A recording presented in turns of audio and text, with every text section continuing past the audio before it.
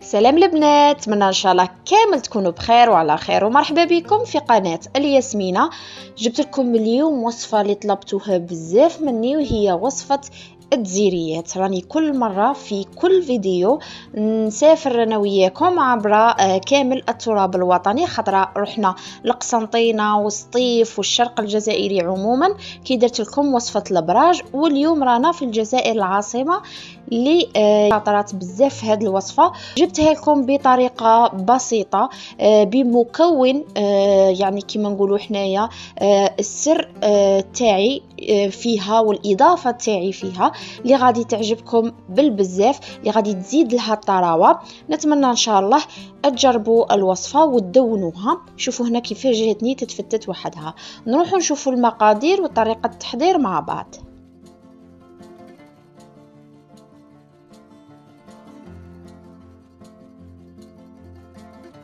بالنسبة للمقادير نحتاج هنايا كيلة ونصف تاع لوز، يعني بودرة، لوز بودرة. وعندي هنايا المكون الرئيسي اللي قلت لكم عليه اللي هو كيلة تاع جوز الهند. جوز الهند غادي يعطينا واحد الطراوه لهذا الوصفه وواحد البنه ما شاء الله. انا دائما نعتمده في هذه الوصفه.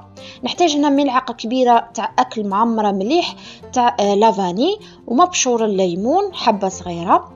وعندي هنايا 2 ملاعق كبار تاع سكر عادي، و2 ملاعق كبار تاع سكر الناعم، مع قرصه صغيره تاع خميره الحلويات.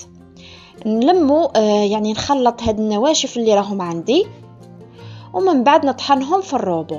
من الافضل الليمون ديروا الليمون الاصفر، ما ديروش الليمون الاخضر. انا درت الليمون الاصفر لانه الاخضر لوغو تاعه طاغي بزاف على الاصفر، وحنا ما راناش نحوسوا انه ما نستبنوش اللوز والجوز الهند. هنا بعد ما طحنته مليح مليح يعني تحسوا بلي الخليط تاعكم ولا خليط متجانس. نبدا نزيد هنا في البيض تدريجيا. كما شفتوا كنت درت 2 حبات بيض. نبدا نخلط في الحبه البيض تاعي باش يعني نشوفوا، لكن قدتني نص بيضه ولا ما نزيدش كمان نص الاخر. نبدا نخلط المكونات بهذه الطريقه. شوفوا هنايا حبه بيض ما كفتنيش، دوك نزيد الحبه الثانيه ونخلطها مليح مليح، ندربها عفوا. ونبدا نزيد تدريجيا، ما تزيدوش دفعه واحده لانه الحشو يليق تجينا يعني محكومه في يدكم، محكومه وتجيكم شويه معسله، لكن ما تجيش مطلوقه، لانه لو كان تجيكم مطلوقه غادي تخسر لكم في الفرن. كي تدخلوها في الفرن تسيح لكم وما تخرج لكمش يعني مليحه الدزيريات تاعكم. شوفوا هنايا انا اكتفيت، تقدروا تقولوا يعني دخلت لي حبه بيض ونص، يعني النص الاخر ما زدتش درته في الحشو. انا هنا بعد ما لميتها شوفوا هنا تجيكم تتعسل لاباط تاعكم، الحشوه تاعكم، نخليها ترتاح لمده ربع ساعه. ونروحوا للعجينه. العجينه سهله جدا وفي نفس الوقت يعني كيما الحشو يليق لنا نكونوا حذرين فيها في السوائل.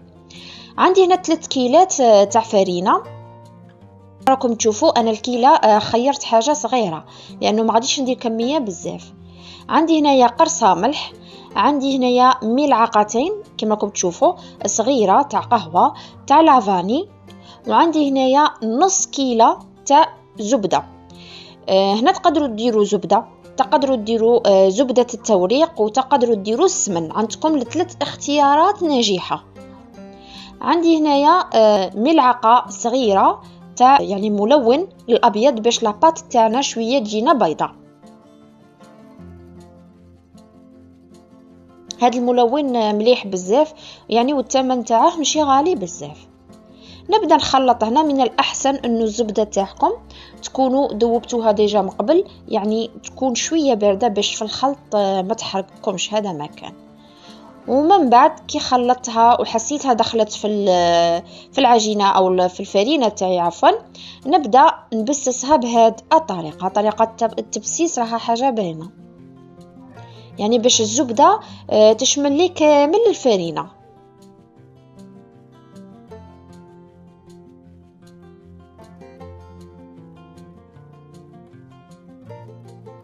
بعد ما بسستها مليح مليح، يعني ما تقعد لكمش هذوك ديك غيمون تاع الزبده، نبدا هنايا نزيد صفار بيضاء واحده فقط، ونبدا نخلط. هذيك صفار البيض غادي تعطيكم هشاشه للعجينه نتاعكم، على خاطر كما شفتوا الزبده ما كانش بزاف، ما درناش بزاف، درنا نص كيلة، يعني كميه ماشي كبيره. اذا هذيك الصفار غادي تعاون العجينه باش تجيكم هشيشه. هنا عندي هذا الكاس، درت نص كاس تاع ماء العادي ونص كاس تاع ماء الزهر. نعاود، كاس ماء خلطت فيه نص الكاس، خلطته مع نص كاس ماء مع نص كاس ماء الزهر، خلطهم ونبدا ندير يعني نزيد تدريجيا للعجينه حتى نتحصل على عجينه صلبه، يعني اللي قد تكون هذه العجينه ماشي مرخوفه. تجيك راكم تشوفوا انا كي راها غابنتني، لكن راني نزيد غير تدريجيا في الماء والماء زهر، لانه لو كان تخلوها يعني مطلوقه بزاف ولا مطلوقه غير شويه يعني طريه بزاف، غادي هادوك الشكل تاع الدزيريات كي تدخلوهم للفرن ينطلقوا وما يجيكمش الشكل مليح. شوفوا هنايا انا بعد ما التمت لي العجينه وراها قاسيه مليح مليح، نديرها في بابي فيلم بهذه الطريقه ونخليها ترتاح هي تاني مع الحشو لمده ربع ساعه حتى نص ساعه. طبعا لاباط كل ما ارتاحت كل ما تجيكم مليحه.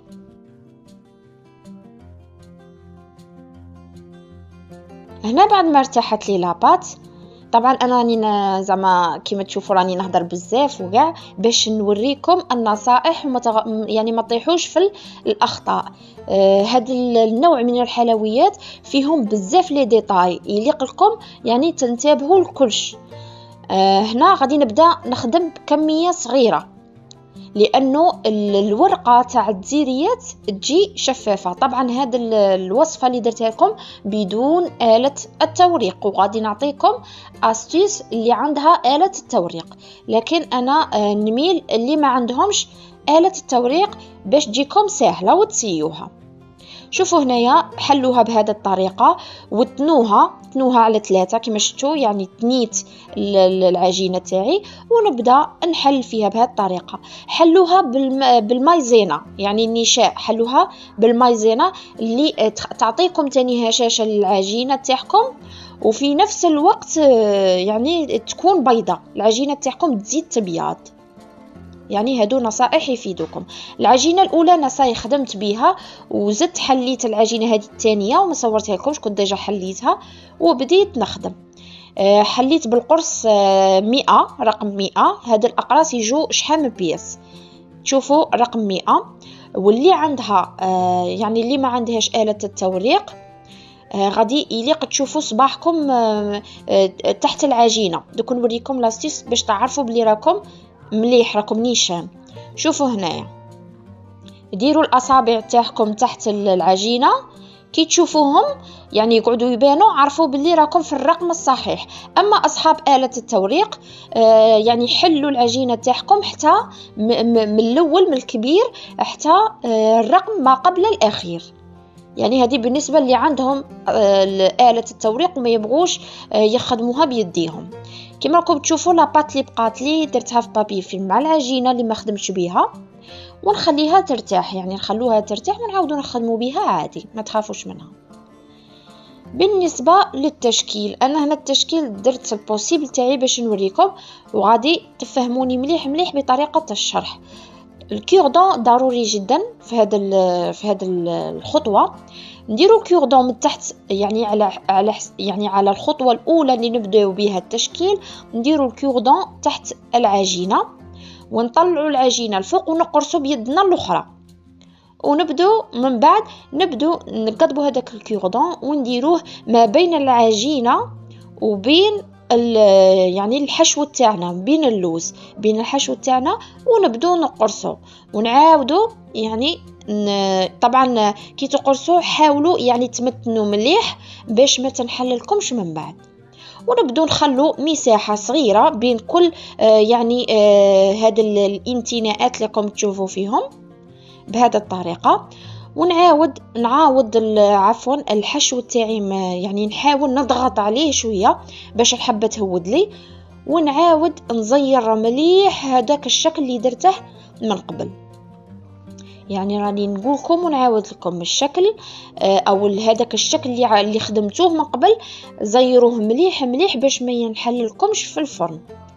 هنا درت بياض البيض من الفوق لمسه خفيفه، وزدت لوز إفيلي، وكاين حبيبات اللي درتهم بالحبات اللوز الكامل، يعني بلا قشور تاعه فقط. نفس الطريقه غادي نعاودها لكم من جديد. شوفوا الكوردون يجي تحت العجين، يعني الخطوه الاولى الكوردون يجي تحت العجين، ونرفدوا العجينه حتى نوصلوها للحشو، ومن بعد يعني نخلو مساحة صغيرة ونبدو نشكله بهذه الطريقة. حاولوا أيضا كي تقرصوا العجينة حاولوا تدوا شوية من الحشو، يعني مشي تقرصوا غير العجينة وحدها، يعني العجينة وتدوا شوية من الحشو باش الحشو يكون مختلط شوية مع العجين. كما قلت لكم راني نعطيكم في لي ديتاي والنصائح والأسرار باش وحدة ما تقول ما نجحليش. طبعا أنا كراني نوجد في هذا الحلوى في هذا الخطوة الفرن راه شاعل، يليق الفرن يكون مسخن ديجا من قبل. دايما نقولها لكم هذه في الوصفات تاعي. أنا نواصل نكمل كامل الكمية اللي راهي عندي بنفس الطريقة، ومن بعد نروحوا للخطوة الثانية.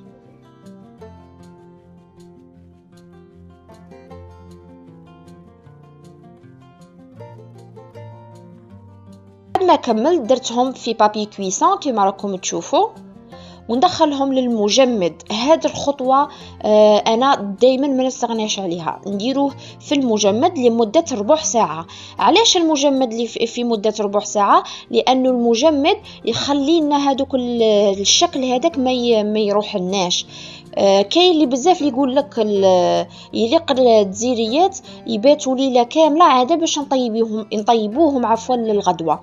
انا ما نبيتهمش، واصلا ما نبغيش الحلوى بزاف اللي تبات، يعني نبغي كلشي يوجد لي بالخف.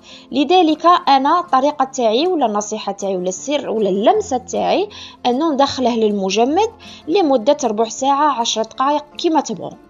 عادة كي تخرجوهم دخلوهم ديريكت للفرن درجة الحرارة 120، شعلوا عليهم من التحت.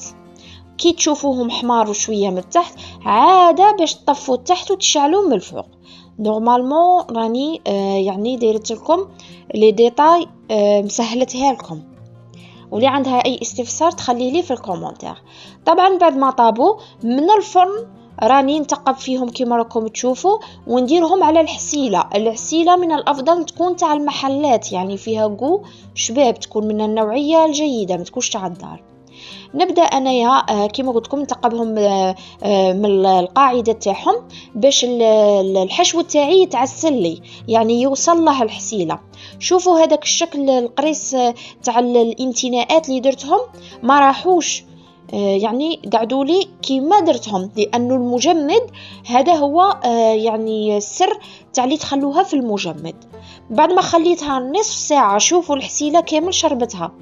بعد ما خليتها نص ساعة في الحسل، ثم تقدروا تخلوها 10 دقائق ولا ربع ساعة، لكن كل ما قعدت كل ما تجيكم معسلة من الداخل. نبدأ أنايا نقلعها باش نديرها لكم طبق التقديم.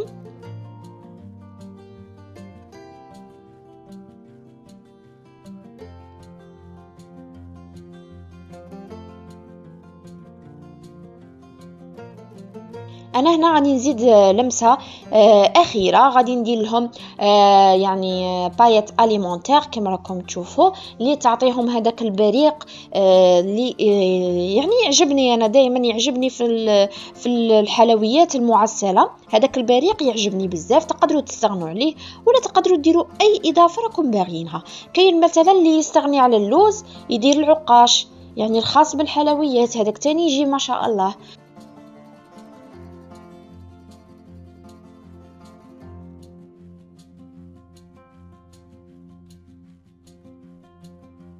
شوفوا هنايا كيفاش يعني بالعاني بغيتكم تشوفوا من الداخل كيفاش يجي شيش ومعسل.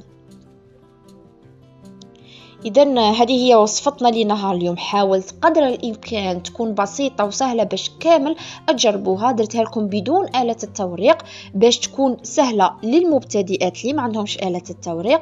نتمنى إن شاء الله تجربوها وجربوها على ضمانتي 100% ناجحة. ما تنساوش ديروا لي اشتراك للقناة وتفعيل الجرس، وكل عام وياسميناتي بألف خير.